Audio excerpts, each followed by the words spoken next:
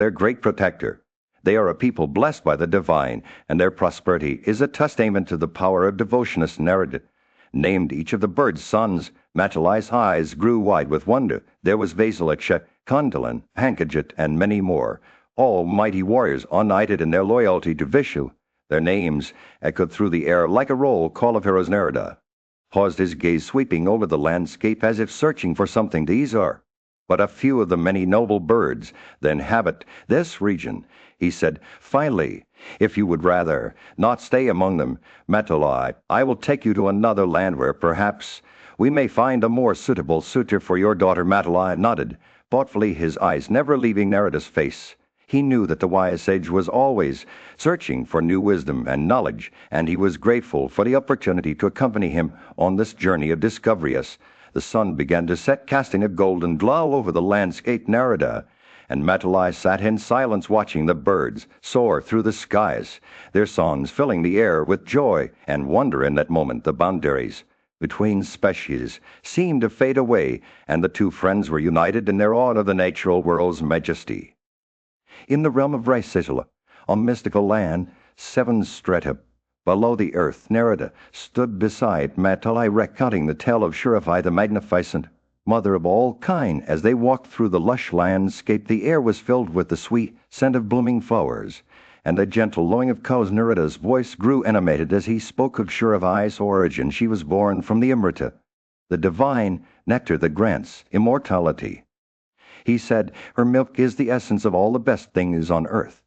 A symphony of 6 different tastes, sweet, sour, salty, pungent, bitter, and astringent. As Narada spoke, the sky above seemed to brighten, as if reflecting the radiant quality of Shurafai's milk. Matalai listened intently, his eyes wide with wonder, and from this wondrous milk, Narada continued, the sacred milk. Yasin was born. A single jet of her milk fell upon the earth, and Yasin shore is forever adorned with a belt of white foam like a garland of flowers.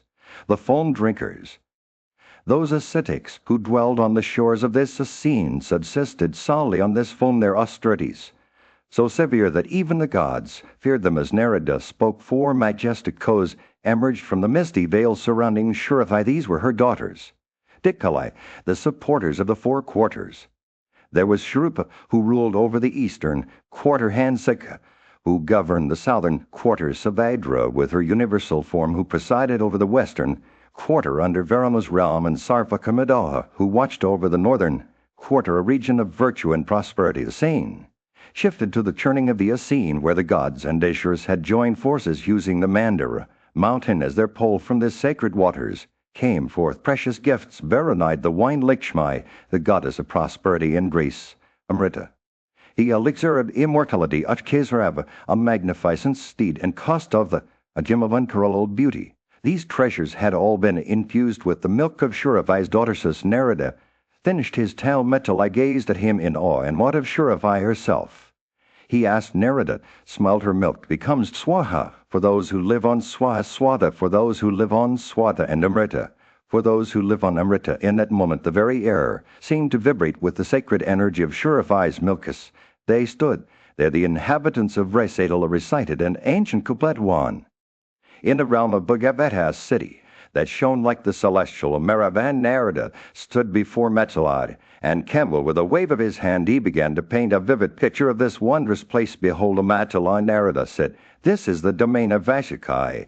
The king of the Nagas here resides, Shesha, the serpent with 1,000 heads, whose strength is boundless, and whose body shines like a white mountain. His tongues blaze like flames of fire, and he supports this vast earth with his ascetic power. Says Narada spoke. Matalai's eyes scanned the gathering before him, taking in the endless array of Nagas who dwelled in happiness within Bhagavata. Some had 2 heads, while others boasted 5, 7, or even 1,000 faces. Their bodies resembled mountains stretching across the land like sentinels. The air was thick with the weight of their collective strength. And first Narada continued to enumerate the names of these Nagas, each one more resplendent than the last. There were Vasikai, Techeka, Karkateka, Danjaya, and Kalaya, all sons of Shurasa, born from her diverse forms. As Narada spoke, Matalai's gaze wandered to a particular figure standing amidst the crowd. His eyes settled on Samukata Yoth, whose radiance shone like a beacon. Metali's heart was captivated by Samukha's beauty and intelligence. He turned to Kema with a question. The celestial Rishite, tell me of this youth who stands before Arika, Kiridia's line, whose son is he whose mother bore him. Metali's mind was made up. He had found the perfect suitor for his daughter. Gunnik Senurida smiled as he beheld Metali's enthusiasm. He knew that Samukha was no ordinary Nega born into the lineage of Arabita. This prince of Negas was a favorite grandson of Arika and the son of Chekur, who had been slain by Vane's son not long before Narada revealed to Metali the nobility of Samukha's parentage, and his own feats. Metali's face lit up with joy as he learned of Samukha's lineage. This best of Negas is very acceptable to me, O sire, he said to Narada. Make an end of war to secure him for my daughter. I am highly pleased at the thought of bestowing on this Nega my dear Gunnik's eye. With these words, Metali sealed Samukha's fate. He would be the chosen husband of his beloved daughter. In the realm of the gods, a wise and venerable sage named Kema sat in contemplation, sharing tales of ancient lore. Among these stories was one that would change the fate of a young serpent named Samukha. Narada, a celestial messenger, had arrived at Kema's dwelling with a proposal from Metali, the charioteer of Indra. The king of the gods, Metali, renowned for his exceptional virtues and unwavering loyalty to Indra, sought an audience between his family and that of Arika, Samukha's grandfather. His daughter Gunnik was a paragon of beauty and virtue, and Metali desired her union with Samukha. Narada presented the case, extolling the merits of both families, and Arika, though initially hesitant, was swayed by the prospect of an audience with Indra's charioteer. However, a dark shadow loomed over this potential union. Garuda, the majestic bird, had devoured Samukha's father, leaving his family to mourn. Moreover, Saparna, Garuda's parent, had vowed to claim Samukha as its next victim. This ominous fate weighed heavily on Arika's mind, and he confided in Kenwa about his reservations. Metali, undeterred by the challenges ahead, proposed a plan to secure Samukha's future. He invited Arika, Narada, and Samukha to accompany him to the court of Indra, where they would plead their case before the king himself. Upon arrival at the celestial realm, they found Sakra seated in all his glory with Vishnu, the four-armed deity, by his side. Narada retold the tale of Metali's proposal and Samukha's plight to the assembly. Moved by compassion, Vishnu implored Indra to grant Samukha a boon, immortality, through the elixir of Amrita. However, Indra hesitated, recalling Garuda's formidable prowess. Vishnu reassured him that his power was supreme and no one could refuse a gift from the Lord. Indra, convinced by Vishnu's words, granted Samukha length of days, but chose not to bestow immortality upon him. This decision brought joy to the assembly, as Samukha's fate had been secured. With a heart full of gratitude, he married Metali's daughter and returned home, his face radiant with happiness. As the celestial visitors departed, Narada and Arika felt their hearts swell with delight at the success of their mission.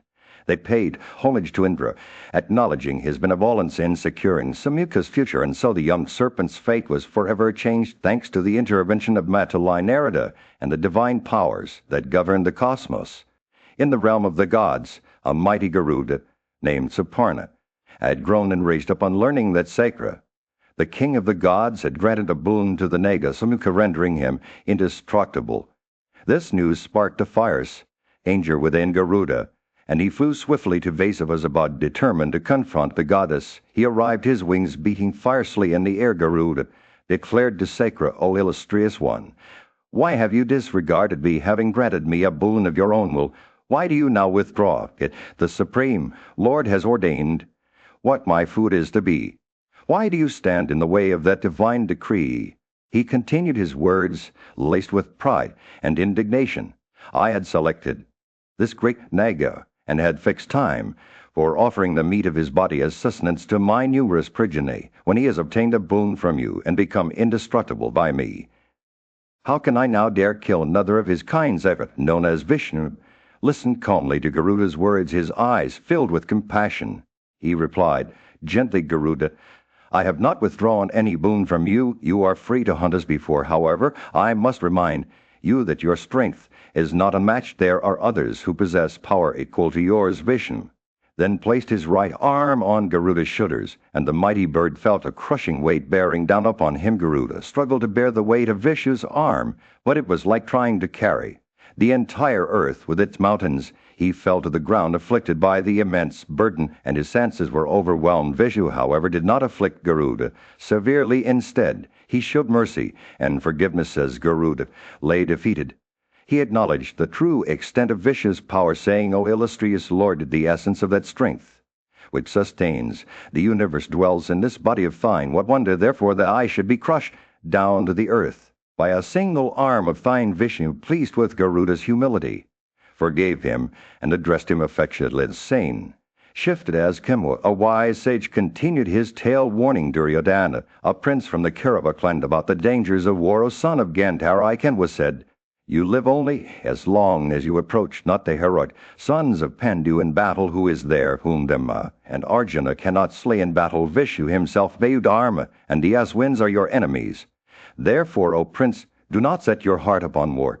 Let peace be made through the agency of Vasudeva." Duryodhana, however, scoffed at Kenwas. The kingdom was abuzz with concern for its ruler's well-being. Janimjaya, the king, lamented to his scribe Vaisampayana about his friend's destructive path. Why did no one try to stop him? He asked, blinded by avarice and addiction to wicked ways. He brings only sorrow to those who care for him. Vaisampayana nodded sympathetically.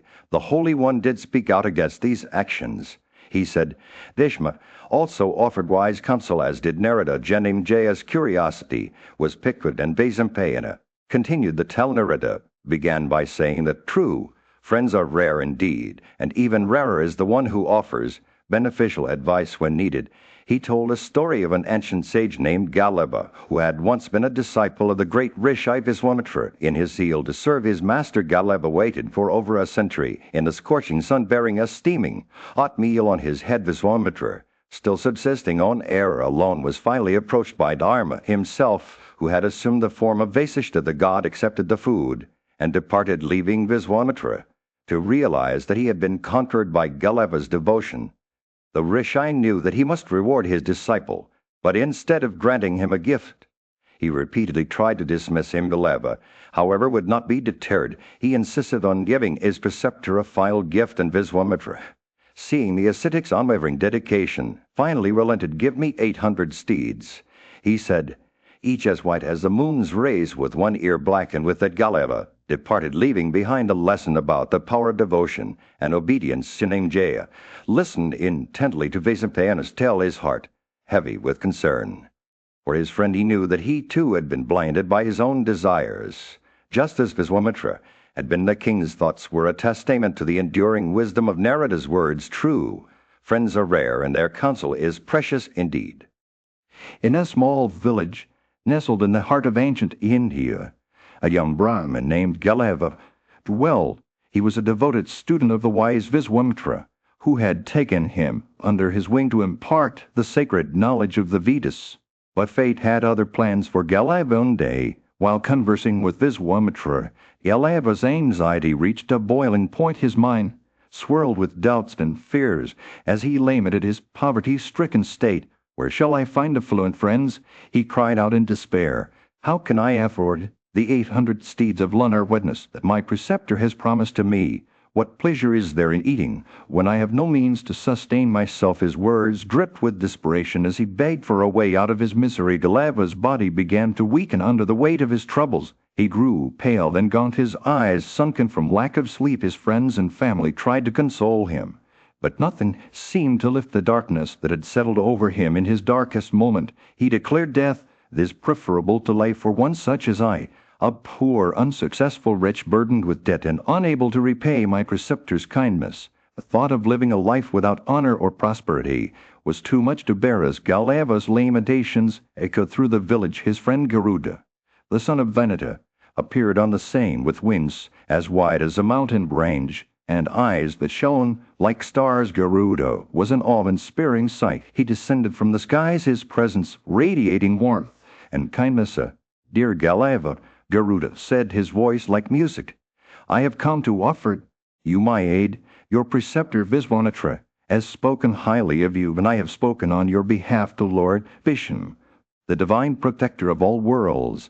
He has granted me permission to take you under my wing and lead you to a place where your troubles will be alleviated." Galeva's eyes widened in amazement as he listened to Garuda's words. Could it be true that his fortunes were about to change with newfound hope?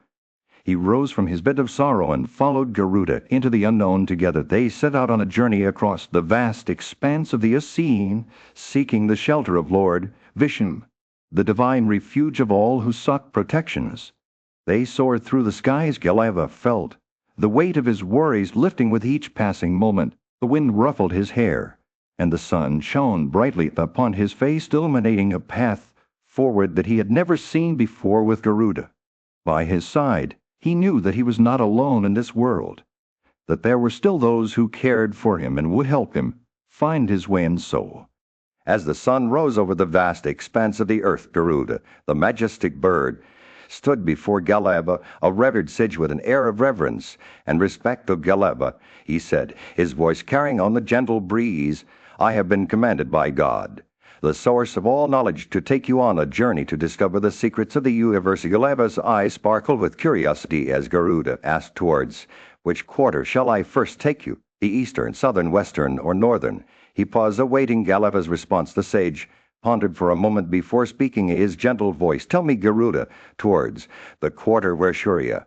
the illuminator of the universe, first rises." Garuda's eyes gleamed with understanding as he began to recount the significance of the eastern quarter. "This is the gate of day and time," he said, his words weaving a tapestry of myth and legend. Here the daughters of Diksha gave birth to their children in primeval times, and the sons of Kasyapa first multiplied.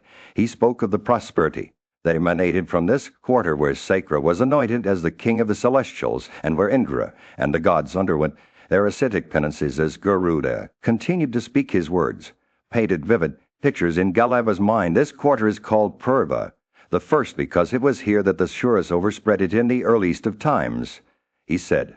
"The gods performed all their religious ceremonies here, and it was here that the divine creator sang the Vedas." He spoke of Surya, preaching the gate rite of the reciters of that sacred hymn and delivering the Yajurdas unto Yajnaboka. Galeva's eyes grew wide with wonder as Garuda recounted the tales of old. "It was here that the summit, Jewish sanctified by boons, was first drunk in sacrifices by the Suras," he said, "and it was here that Varuna first repaired to the nether regions and attained all his prosperity." He spoke of the birth, growth, and death of the ancient Vasishta taking place in this very quarter, where the 100 different branches of him first grew. As Garuda finished speaking, Galeva nodded thoughtfully. "This is indeed a sacred place," he said. "I am drawn to its majesty and grandeur." Garuda smiled, his eyes shining with delight. "Then let us proceed to this gate of day and time," he said. "We will walk the path of heaven and felicity, for this quarter is called Purva East. In days of yore, when the sun was still young and the earth was teeming with life, Vivaswata, sage of great wisdom, had performed a grand sacrifice. As a token of his gratitude to his preceptor, he gifted this sacred quarter to him, and from that day on it came to be known as Dechana, or the South. This region was said to be inhabited by the Pitras, the ancestors of all living beings who resided here in great happiness." As Garuda continued to narrate, his eyes shone with a deep reverence for this sacred land, O Brahmana. He said, "It is here that the Visitavas, those celestial beings who sustain themselves on smoke alone, dwell alongside the Pitras. They are worshipped in all the worlds and share equally in their offerings." The air was thick with an otherworldly energy as Garuda spoke of this mystical realm. As we journeyed deeper into the region, the landscape shifted and transformed before our eyes. We found ourselves standing at the threshold of Yama's second door, where the very fabric of time and space seemed to unravel. Here the celestial rishis, the Pitraloka rishis, and the royal rishis dwelled in great harmony, their presence infusing the air with an era of peace and tranquility. But Garuda's tale was not without its shadows in this region. He said, his voice taking on a somber tone, "The acts of men are weighed and measured, their fruits ripening like fruit on a tree, and it was here that the malevolent Raksasas lurked, waiting to ensnare the sinful and drag them down into the depths of darkness. As we walked further, the trees grew taller, their branches tangled with veins and creepers. The air vibrated with the sweet melodies of the Gandharvas who sang in the bowers on the breast of Mandara, entrancing all who listened. It was here that Ravata, a Daitya king, had once retreated from his kingdom, enchanted by the Sama hymns sung by the celestial musicians, he came upon a great clearing where Manu and Yevekrit his son had set a limit that even the sun could not overstep, and it was here that Ravana, the illustrious descendant of Plastia, had undergone ascetic austerities to solace the boon of immortality from the gods. As we ventured deeper into this mystical realm, we encountered beings of diverse forms, all converging on this sacred land before dissociating into their constituent elements. It was here that men of wicked deeds rotted in tortures, their souls tormented by the memories of their past misdeeds, and it was here that the river Veterni flowed its waters, filled with the bodies of persons condemned to Hellas, Weenie. In the vast expanse of the Essene, where the waves gently lapped against the shore, Garuda stood tall, his eyes fixed on a particular quarter. "This is the favorite region of King Varuna," he said to Galeva, his voice carrying across the waters. "It is here that Varuna's power is at its strongest, and from where he rules over all aquatic creatures." As Garuda spoke, the sun began to set in the west, casting a warm orange glow over the quarter. Galeva listened intently as Garuda continued to explain the significance of this region. "Hesippa, illustrious and divine sage, installed Varuna here as the king of this realm," he said, "and it is here that the moon rejuvenates itself by drinking from the 6 juices of Varuna at the beginning of every fortnight." As Garuda spoke, the air seemed to grow quieter, as if the very presence of Varuna was combing the waters. As the sun dipped lower in the sky, Garuda pointed out the mountain known as Zista, which marked the boundary between day and night. "It is here that the evening twilight begins," he said, his eyes shining with a deep understanding, "and it is from this quarter that night and sleep spread their darkness, robbing living creatures of half their allotted time on earth." The air grew darker, as if to emphasize Garuda's words. Galeva's curiosity was piqued, and he asked Garuda to continue his tale. "Tell me more about this region," he said, his eyes fixed on the sage. And so Garuda spoke of Sakra, who had beheld Dithai lying asleep in a state of pregnancy, and had cut off her foetus into 49 parts from which the Meruts were born. He spoke of Shurathai, the mother of Kos, who poured forth her milk out of the shores of a golden lotus-adorned lake. As Garuda's words flowed like a river, Galeva listened with rapt attention. He heard of Swarvan, the headless trunk of Rao, which devoured both sun and moon, and of Suvarnasiris, who chanted the Vedas with invincible energy and green hair. He heard of the daughter of Monai Harimnes, who remained transfixed in the welkin after Shira's injunctionist. The stars began to twinkle in the night sky. Garuda spoke of the region where wind, fire, earth, and water were free from their painful sensations. "It is here that the sun's course begins to deviate from its straight path," he said, "and it is in this direction that all luminous bodies enter the solar sphere." Galeva listened with wonder as Garuda described the rivers that fed the Essene and the abodes of Varuna, Anarta, Vishu, and Cassiopeias. The night, the sun was setting over the vast expanse of the northern region, casting a warm orange glow over the majestic mountains and valleys. Garuda, the noble bird, stood tall, his eyes shining with wisdom as he addressed the assembly of Brahmanas gathered around him. "Revered sages," Garuda began, "this quarter is sacred, for it saves us from sin and leads us to salvation. It is called the North, or Uttara, because its treasures stretch towards the east and west, making it the central region, or Madhyama." As he spoke, the assembly's eyes widened with wonder, their minds absorbing the depth of his words. Garuda continued, "In this hallowed land none can dwell who are unamiable, passionate, or unjust. It is here that the divine trio of Krishna, Narayana, and Brahman eternally reside in the asylum known as Vedarai. The great Mahasvara, with his fiery effulgence, dwells on the breast of Himava, sporting with Prakriti, the universal mothers." Garuda spoke of the celestial beings who resided in this sacred land. The assemblies all grew, even the gods, led by Indra and Amunas Gandharvas, Yakshas, and Siddhas, cannot behold Mahasvara except through Narayana's divine vision. Garuda explained. The assembly listened with rapt attention as Garuda recounted the stories of Chandramas, the moon being installed in the sovereignty of the regenerate order Ganga, the sacred stream falling from heaven to earth, and Eula undergoing her ascetic austerities to obtain Mahasvara as her lord. The tales of Kamahimavat and Yuma shining brilliantly together in Kubra's installation on the sovereignty of the Rakshasas, Ikshas, and Gandharvas left the assembly mesmerized as Garuda described the wonders of this northern region. He mentioned the celestial stream Mandakinite, the mountain Mandara, the gardens Chitraratha, And the asylum of the Vacanesis, he spoke of the Citazabods, where they sported it while surrounded by every objective enjoyment, the seven rishes with around that eye, and the constellation. Swati rising in this court of the assembly's eyes sparkled as Garuda revealed that the grandsire Brahman dwelled near Yajna's sacrifice. Embodied, the sun, moon, and other luminaries revolve regularly in this region. It is here, O revered sages, Garuda said, that the illustrious Manas called Dharma guard the source of the Ganges, the assembly, pondered the mysteries of these Manas, their thousand dishes, and edibles created it while they realized that only Narayana and Nara could pass. Beyond the sun was setting over the vast expanse of the eastern horizon as Mandai Galava stood before Garuda. His majestic wings spread wide, like a canvas of golden light. O noble Garuda, son of Vinata, Galava said, his voice filled with reverence and longing. I implore you to take me to the east, where the two eyes of Dharma are first opened. I yearn to behold the gods, to bask in the radiance of their presence, and to fulfill my promise to my preceptor. Garuda's piercing gaze met Galava's, his feathers rustling softly as he replied, Mount on my back, O Brahmana. And so Galava rode upon Garuda's back, feeling the warmth of his feathers, and the gentle breeze that carried the scent of far-off lands. As they soared into the sky, the wind whipped through Galava's hair, and he felt his heart swell with wonder. O Garuda, Galava exclaimed, your beauty is like the sun in all its glory.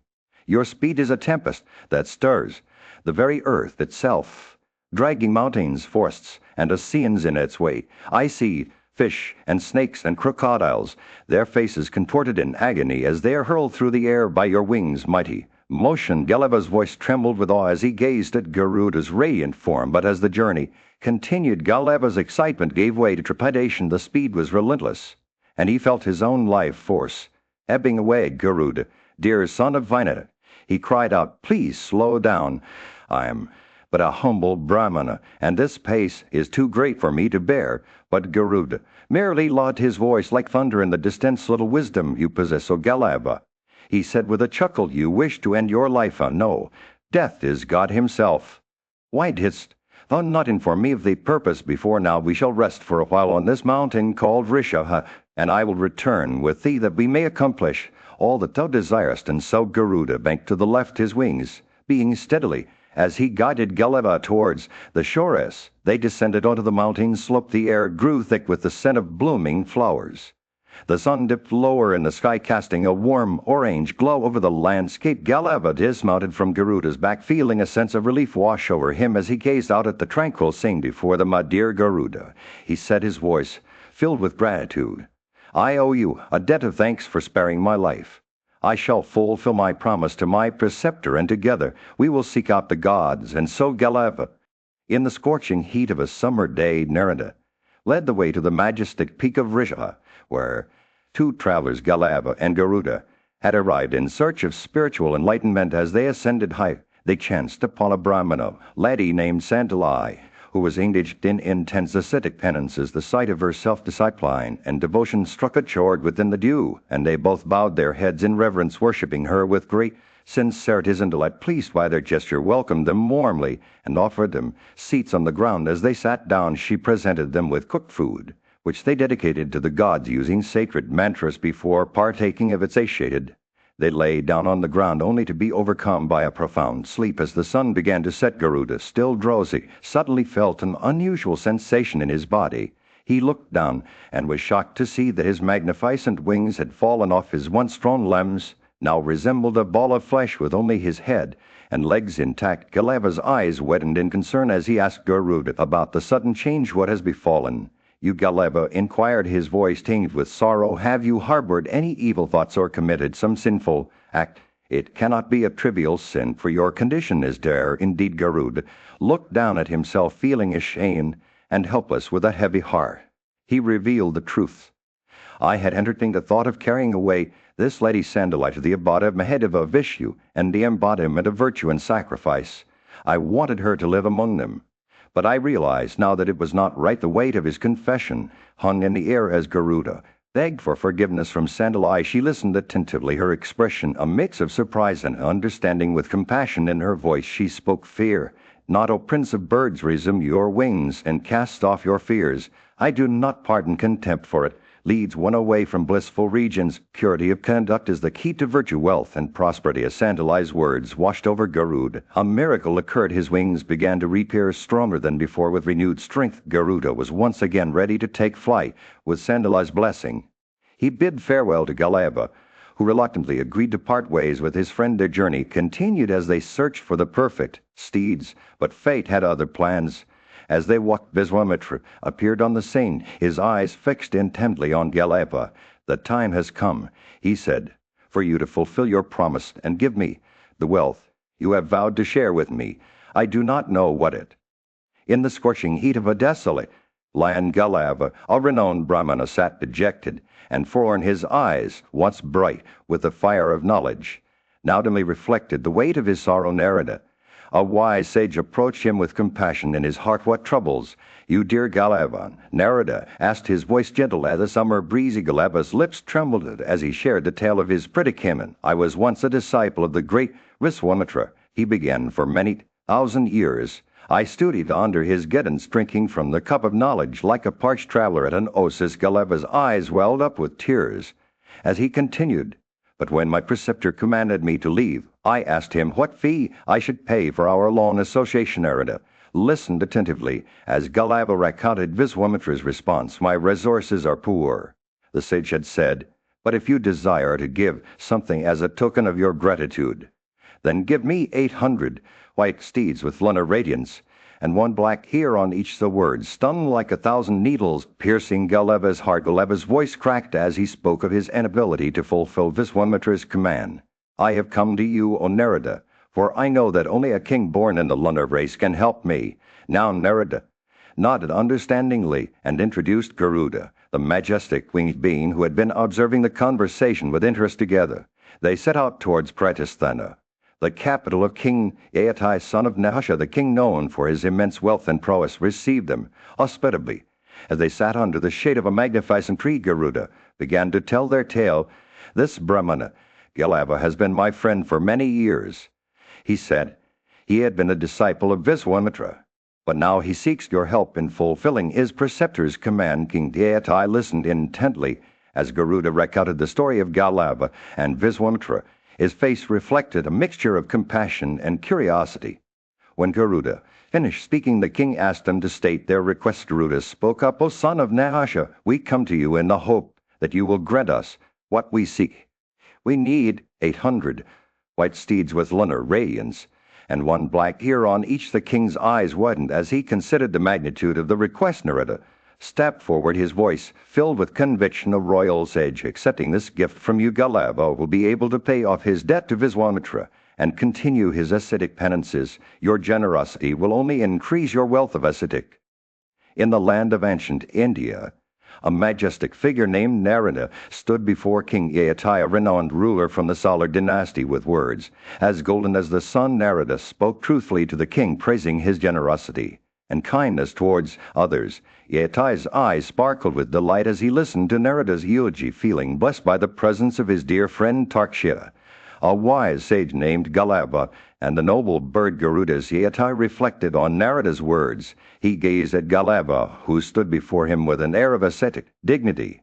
The king's heart swelled with admiration for the Brahmana's unwavering dedication to his spiritual quest. He noticed that Galava had come from afar, having traversed the lands and kingdoms of the Salar dynasty, seeking alms for his austerities. Aiatai's thoughts turned to his own wealth, which had dwindled significantly over time, but he was determined not to disappoint his guests. With a gentle smile, Aiatai said to Narada, "Blessed is my life today, and the lineage in which I am born has indeed been blessed today. This province of mine, too, has been blessed by your presence, O Silas Tarksha." He paused for a moment before continuing. "However, I must confess that my wealth has suffered greatly. Nevertheless, I shall not disappoint you or this noble rishi. I will give him what he seeks to accomplish his purpose." Aiatai's eyes turned to Galava, and with a benevolent expression, he said, "Take my daughter Madhavai, the perpetuator of 4 families. She is as lovely as a celestial being, capable of inspiring virtue in all who behold her. The gods, men, and even Asuras are drawn to her beauty. Kings will give away their entire kingdoms as dowry for her hand." With those words, Yeatai offered Galeva his daughter, naming her. Madhava. Galeva's eyes widened with gratitude as he accepted the gift of Madhava. He nodded in agreement, and with Garuda by his side, they bid farewell to Yeatai, promising to return soon. As they departed, Narada spoke to Galeva, saying, "The means have at last been obtained, whereby the steeds may be procured." With those words, Garuda took flight, leaving Galeva to ponder their next move. With Madhava by his side, Galeva began to think of finding a suitable groom for her. He recalled the virtues of King Haryasva, a just ruler from the Ikshaka dynasty, who resided in Ayodhya. This king was renowned for his bravery, military prowess, and love for the Brahmanas desirous of offspring. He lived a life of quiet devotion, in noble austerities. Galeva, in the grand court of King Haryasva, a wise and just monarch. A conversation unfolded between him and Narada, a revered sage. The king's eyes had been filled with longing for a son, and after much contemplation, he exclaimed, "This maiden before me is a treasure worthy of the gods. Her limbs are perfectly proportioned, her features are exquisite, and she possesses all the arts and sciences. She will bring forth many children, and perhaps even an emperor among them." The king turned to Galeva, a renowned Brahmana, and asked, "Tell me, what dowry should I give this maiden?" Galeva, with his sharp insight, replied, "Give her 100 steeds born in a good land with lunar whiteness, and one ear black as night. This auspicious maiden will then become the mother of your sons. Just as the fire stick gives birth to flames, the king's heart swelled with joy at the prospect of having a son. But his lust also clouded his judgment. He requested Galeva to grant him permission to beget only one child. Upon Madhava, maiden herself spoke up, her voice like music. "A wise sage had granted me a boon that I would regain my maidenhood after each delivery. Give me away to this king, accepting his excellent steeds in exchange. This way you can collect 800 steeds from 4 kings and have 4 sons." Yourself, Galeva, pondered the maiden's words, and then turned to King Haryasva. "O great king, accept Madhava as a 4th part of the dowry I had settled, and to get only one son upon her." The king, blinded by his desire for a son, agreed to Galeva's proposal. He took Madhava into his custody, and in due time fathered a child who would come to be known as Vasumanas. The young prince grew up to be richer than all the wealthy kings on earth, resembling one of the Vasus themselves. He became a great king and giver of wealth. Some time passed, and Galeva returned to King Haryasva's court, accompanied by Madhava. "You have obtained a son, O king," he said with a smile. "Indeed, this child shines like the sun in splendor. It is now time for me to seek alms from another king." The king, remembering his promise and the balance of 600 steeds still owed to Galeva, returned Madhava to the Brahmana with a heavy heart. The maiden abandoned her royal prosperity and once more became a maiden. As she followed Galeva on their journey, he turned to her with compassion and said, "Let the steeds remain with you." The pair set off towards King Devadasa's court, accompanied by Madhava and her new formed together. They would seek alms and create a path in a lush and vibrant forest. Narada, a wise and venerable sage, stood beside Galeva, a renowned Brahmana. They had been traveling for days, seeking an illustrious king who would be willing to grant Galeva's request. The object of their quest was none other than Devadasa, the ruler of Cases, known far and wide for his great prowess and virtue. Galeva approached Madhava, a beautiful maiden, and began to speak in gentle tones. "Madhava, dear one," he said, "we are on our way to meet King Devadasa, a just and noble ruler. He is the son of Bhimasna and possesses great power. Do not be afraid. Follow me slowly, and do not grieve." Narada nodded in agreement, his eyes shining with wisdom. As they journeyed on, the trio finally arrived at the kingdom of Cases. King Devadasa received them with due hospitality, welcoming Galeva and Madhava into his palace. The Brahmana then began to urge the king to grant him a boon that he might beget a child. Upon Madhava, King Devadasa listened attentively, his face aglow with interest. "I have heard of your request," he said, "and I am willing to grant it. In fact, it would be an honor for me to sire a child upon this maiden." He turned to Galeva and added, "My wealth is like that of King Haryasva. I shall give you one royal son, and the steeds you desire will also be yours." Madhava was given into the king's care, and he duly wedded her. The couple sported together with a joy that rivaled the celestial beings. Shuriya and Pratavati, Agni and Swaha, Vasava and Sakai, all those divine pairs seemed to have been emulated by King Devadasa and his bride. His time passed Madavai bore a son named Praturna, and when the appointed hour arrived, Galava returned to the palace requesting that Madavai be given back to him as a dower. For the steeds he had received from the king Devotisa, true to his word, and devoted to truth, granted the Brahmana's request returning Madavai to her former guardian. Thus the virtuous king fulfilled his promise, and Galava departed with Madavai by his side, their hearts filled with gratitude for the kindness shown them by the noble ruler of Cases. In a distant land, the illustrious Madavai stood as a testament to her unwavering dedication. She had made a promise, one that she was determined to keep, even if it meant abandoning the prosperity that had been hers with a heart. Full of devotion, she followed in the footsteps of the revered Brahmana. Galava, with his mind set on achieving his own objectives, pondered what course of action he should take next. He knew that he needed to act swiftly, and so he made his way to the city of the Bhojas, where King Usanara ruled with unmatched prowess. Upon arriving before the king, Galava addressed him with words that would change the fate of the kingdom. Your Majesty, Galava began, this maiden will bear you 2 royal sons. With children born from her, you shall attain greatness in both this world and the next. As a token of your gratitude, I'd ask for 400 steeds, each with ears as black as the night sky. These horses are not for me, but for my preceptor. If you accept my terms, do so without hesitation. Galava's words were laced with conviction, his eyes burning with an inner fire. King Usanara listened intently to Galava's proposal, his heart weighing the pros and cons of accepting the Brahmana's terms. After a moment of contemplation, he replied, I have heard your words, O Galava. My heart is inclined to do as you bid, but the supreme ordainer holds sway over all I possess. Only 200 steeds that match your description, but I am willing to offer them as a token of my gratitude. Usanara's response was met with understanding by Galava, who nodded in acceptance. Your Majesty, I shall not press you for more than what you are willing to give, but know this: the childless are doomed to suffer greatly in the afterlife. With offspring born from this maiden, you will be spared the fate. The king's expression turned thoughtful as he pondered Galava's words. In due time, Madavai was presented to King Usanara, and he welcomed her with open arms. As a righteous man, he began to enjoy the fruits of his good deeds by sporting with the maiden in the most beautiful valleys and dales of the mountains. The air was filled with the sweet songs of birds as they strolled hand in hand, surrounded by the gentle rustling of leaves. As the seasons passed, the son was born unto King Usanara, one who shone bright like the morning sun. He would later become an excellent king, celebrated by the name Sivai. The birth of this child marked a new era for the kingdom, and Galava, pleased with the outcome, returned to the Brahmana's home. Years went by, and King Usanara's son grew into a mighty ruler, beloved by his.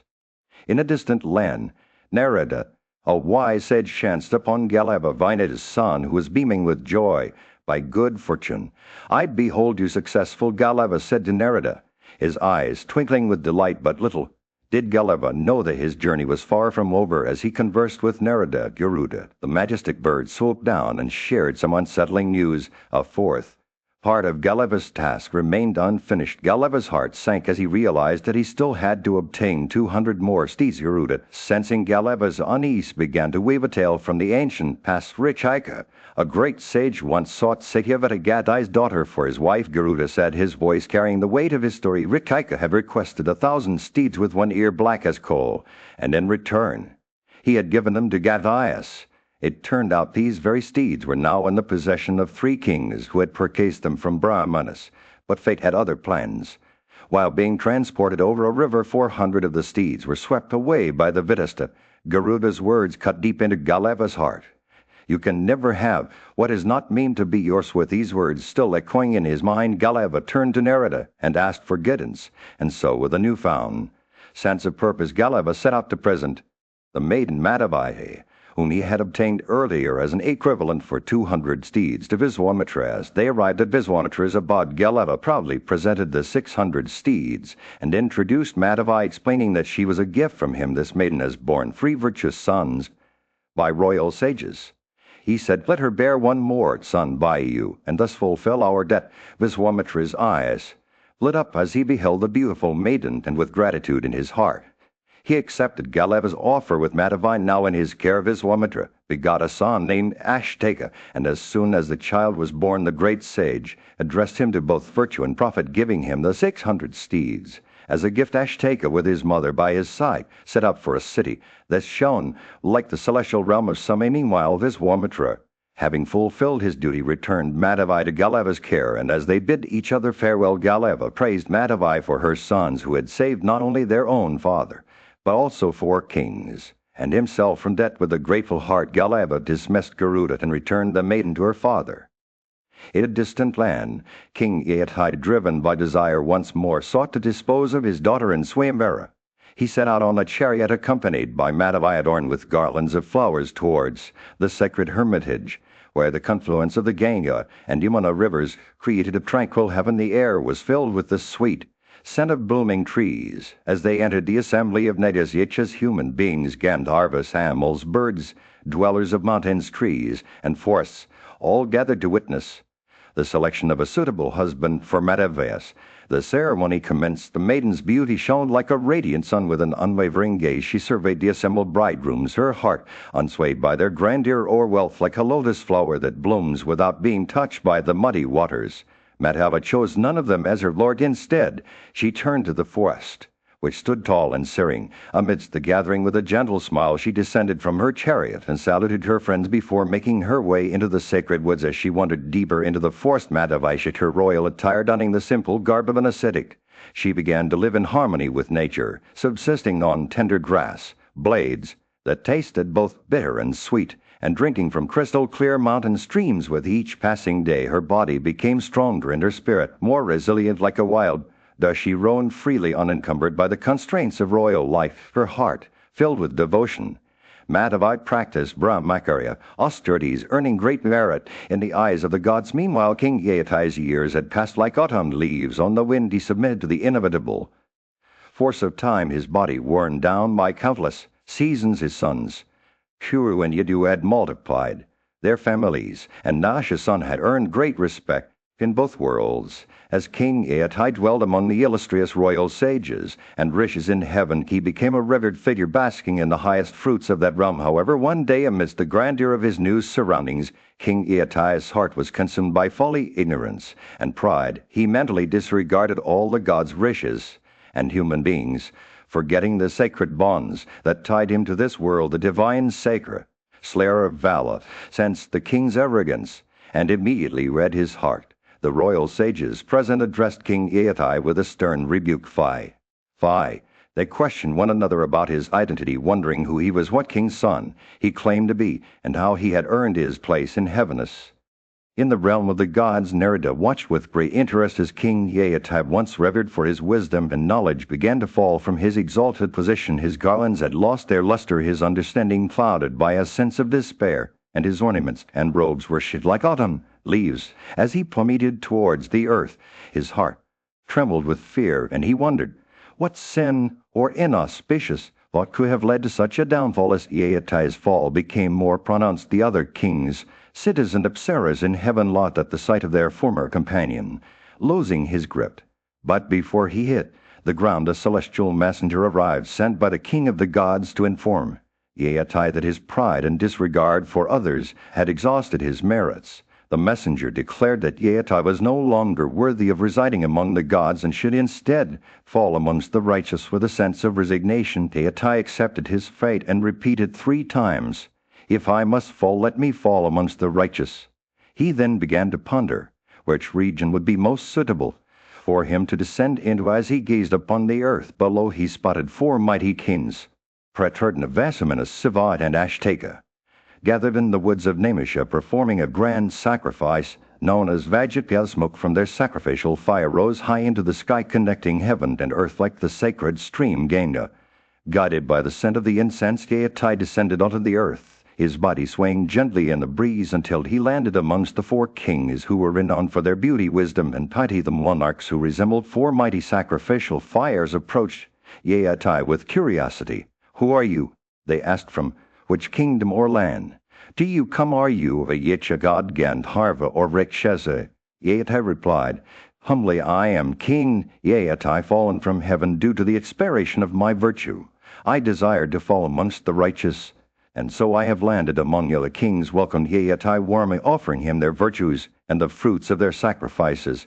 However, he declined, citing his Kshatriya heritage and a reluctance to diminish the merits of others. Just then Matavaya, a lady engaged in the city custodies, arrived on the scene. The monarch saluted her with great respect, acknowledging her as their maternal aunt. They asked about her purpose for visiting, and she revealed that she was Yeatai's daughter living in the woods. Like a deer, she offered to share a portion of the merits earned by her sons, who were also the descendants of Galava, moved by Matavais.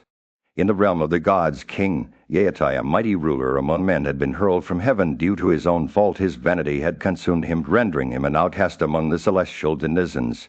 However, his fate was soon to change with the help of his devoted daughter Sansa. As soon as the virtuous kings Vajaminus, Praturtna, Sivai, and Ashtaka recognized Yeatai on earth, he rose again to heaven without touching the surface of the earth. They welcomed him back with open arms, acknowledging their own good deeds.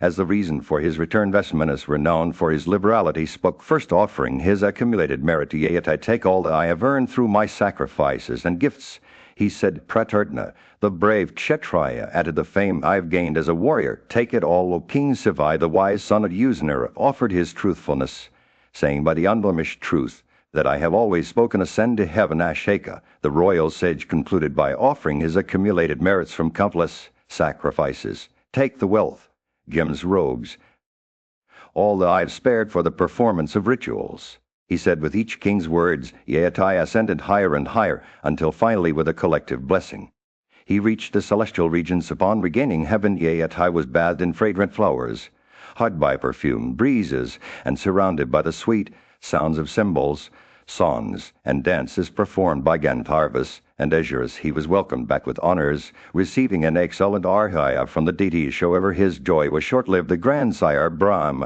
approached him with a stern warning. "Your merit, earned through countless sacrifices and virtuous rule, was exhausted by your vanity alone. You had become an object of contempt among the residents of heaven. This region can never be rendered eternal by pride or malice." He cautioned Yeatai to avoid obstinacy and danger, reminding him that true strength lies in humility. Yeatai's distress was a lesson for all, a cautionary tale about the dangers of vanity and obstinacy. Narada continued, "He who desires his own good should listen to friends that wish him well. Obstinacy is always the root of ruin." He urged King Yeatai to forsake pride and wrath, to make peace with the sons of Pandu, and to avoid danger. In this tale, we see the importance of humility, compassion, and selflessness. Those who understand the true nature of virtue and profit will obtain a deep knowledge of the world's workings. The story of King Yeatai serves as a reminder that even the greatest among us can. In the grand halls of Hastinapura, King Dhritarashtra sat in contemplation, his thoughts consumed by the words of Narada, a wise and holy sage. The king's eyes were filled with a deep longing to do what was right, but he felt powerless to act on it. As if sensing his father's turmoil, Prince Duryodhana entered the room, his face twisted in a scowl. Dhritarashtra's words tumbled out like a confession. "My wish is precisely such, Narada, as told me, what leads to heaven, what benefits the world, and what is virtuous. But I am not independent. My son, Duryodhana, never does what is agreeable to me." Dhritarashtra turned to Krisha, the mighty armed one from Vrishni's race, who stood before him. "Krisha, you have told me of the path to heaven, and I know that it would bring peace to our kingdom," he said. But Duryodhana will not listen to reason, no matter how many wise men counsel him. The king's eyes pleaded with Krisha, "Will you, mighty armed one, persuade my son to do what is right?" Krishna approached Duryodhana, his words dripping with kindness and concern. "Duryodhana, best of the Kurus, listen to these words. I speak especially for your good as well as that of your followers." He spoke of the wisdom of their ancestors, of the noble qualities they had inherited, and of the importance of acting righteously. But Duryodhana's face remained unyielding. Krishna continued, his voice gentle but firm. "Your behavior is perverse, persistent in ways that are sinful and wicked. If you avoid these paths, you will achieve your own good, escape from the sinful deeds of your brothers, followers, and counselors." He urged Duryodhana to make peace with the sons of Pandu who were virtuous, and brave. Krishna's words painted a vivid picture. "The whole world will benefit from that peace. You are endued with modesty, born in a noble race, have learning and kindness of heart. Be obedient to your father's commands, as well as those of your mother. He spoke of the consequences of not acting on wise counsel like one who swallows the kimpeka fruit. Duryodhana remained unmoved. But Krishna pressed on he who rejects the words of well-meaning friends regarding them as opposed to his interest, but accepts words that are really so opposed is soon subjugated by his foes. He warned Duryodhana of the dangers of seeking protection from those who were sinful and foolish. Krishna's final words hung in the air like a challenge. Behold, O Bharata, union with the sons of Pandu is better for you than your union with. The sun was setting over the kingdom, casting a warm orange glow over the assembled nobles and princes. Vaisapayana, the venerable storyteller, stood before them, his eye shining with wisdom as he began to speak. Hear me, O Duryodhana. He said, his voice low and gentle. Krishna, the mighty armed one, has spoken to you words of peace and conciliation. He desires to bring about harmony between kinsmen and to end the bitter strife that has rent our kingdom asunder. Duryodhana's face darkened with anger, his eyes flashing like sparks in the fading light. But Bhishma, the son of Sandon, rose from his seat, his voice calm and authoritative. Duryodhana, he said, listen to the words of Kesava.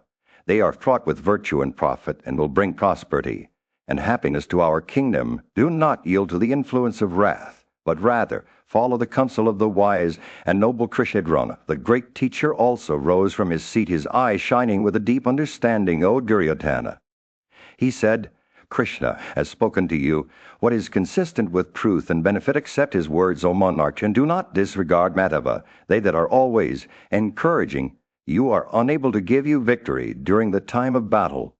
They will throw the burden of hostility on others. Next, Vidura, the wise and compassionate minister, gazed at Duryodhana with a sorrowful expression. O Duryodhana, he said, I do not grieve for you, but I grieve for this old Kupal Gandhari and your father.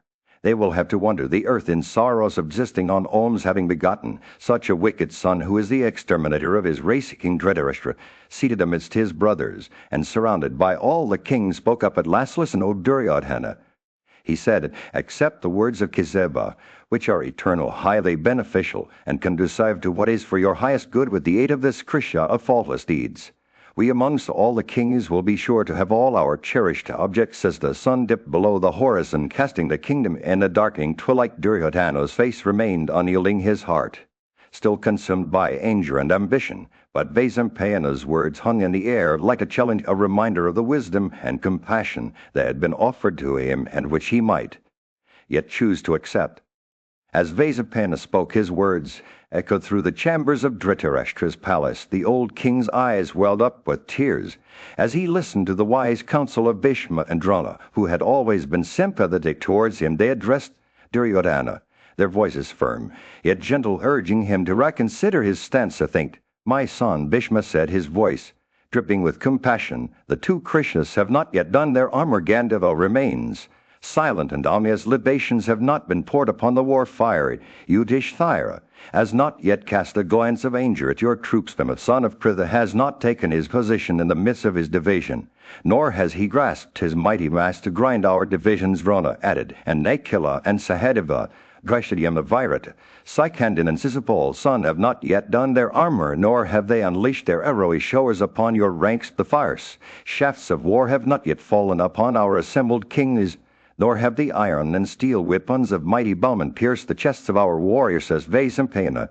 continued to narrate, a scene unfolded like a tapestry before his listeners' eyes. He described how Duryodhana's heart could still be swayed by the words of Bhishma and Drona, urging him to put aside his hostility towards the Pandavas. Let Yudhishthira receive you with an embrace. Vaisapayana said, his voice painting a vivid picture. Let him salute you, bending his head in respect.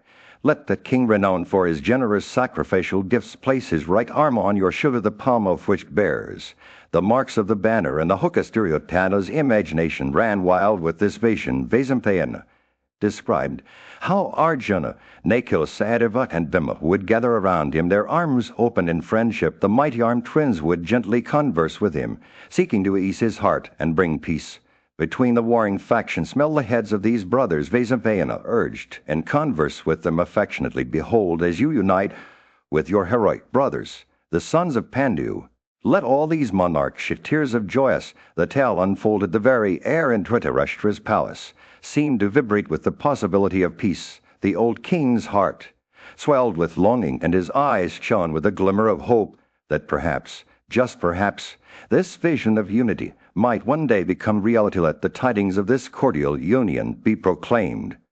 In the assembly of the Kuras, Duryodhana stood tall, his eyes blazing with defiance as he confronted Krishna, the mighty-armed and renowned leader. The words that had been spoken against him still lingered in the air like a challenge waiting to be accepted. Duryodhana's voice rose in response.